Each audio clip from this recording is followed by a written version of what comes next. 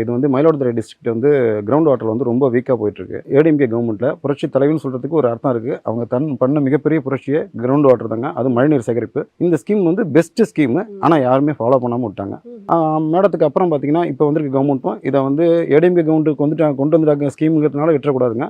இந்த ஸ்கீமை இப்போ இருக்கிற முதலமைச்சர் இதை ஃபாலோ பண்ணுங்க. அது நான் வந்து ஒரு சிவில் இன்ஜினியரிங் போது ஒரு வீடை நம்ம முதல்ல ஒரு வீட்டை கட்டிப்பாரு, கல்யாணத்தை பண்ணி பாருப்பாங்க. நமக்கு சொந்தமாக கட்டுற வீடை ஒரு மாடல் ஹவுஸ் மாதிரி பண்ணணும் அப்படிங்கிறதுனால தான் நான் பண்ண. இந்த 3 வருஷத்தில் கிட்டத்தட்ட பார்த்தீங்கன்னா ஒரு 200 குடும்பங்கள் கிட்டத்தட்ட எங்கள் வீட்டையே வந்து என்ன பார்த்துட்டு போயிருக்காங்க. மழைநீரை வந்து இங்கே இந்த வீட்டில் நீங்கள் எல்லாமே பார்க்கலாம். இங்கே பேர் எல்லா மழை தண்ணியும் இந்த தொட்டிக்கு வந்துருங்க. இந்த தொட்டியில் வந்து 2 போர் பண்ணியிருக்கேன். 9 inches போர். அது வந்து 120 அடி பண்ணியிருக்காங்க.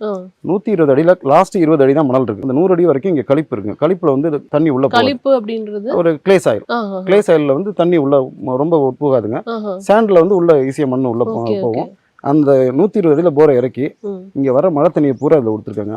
இந்த வீடு நான் வந்து 2021 இந்த வீட்டுக்கு நாங்கள் வந்தோம் கட்டி முடிச்சுட்டு. அப்போ வந்து இந்த கிரவுண்ட் வாட்டரோட டிடிஎஸ் வந்து 2900. டிடிஎஸ் 300 இருந்தால் தான் குடி தண்ணீராக பயன்படுத்தலாம். 2900 இருந்துச்சுங்க. இது ஒரு காலத்தில் வந்து பாசன பகுதி ஏரியா, டெல்டா விவசாய பகுதி ஏரியா. இன்னைக்கு இந்த நிலைமை வந்து காரணம் உப்பு நீர் உட்புகுந்ததுனால தாங்க. இன்னைக்கு கிரவுண்ட் வாட்டர் டோட்டலாக எங்களுக்கு வீக் ஆயிடுச்சு. எல்லாமே போர் வாட்டரில் வந்து காவிரி நீர் பொய்த்து போனதுனால போர் வாட்டர் எடுத்து மக்கள் பயன்படுத்த சுத்தமாக கிரவுண்ட் வாட்டர் எல்லாமே டோட்டல் லாஸ்.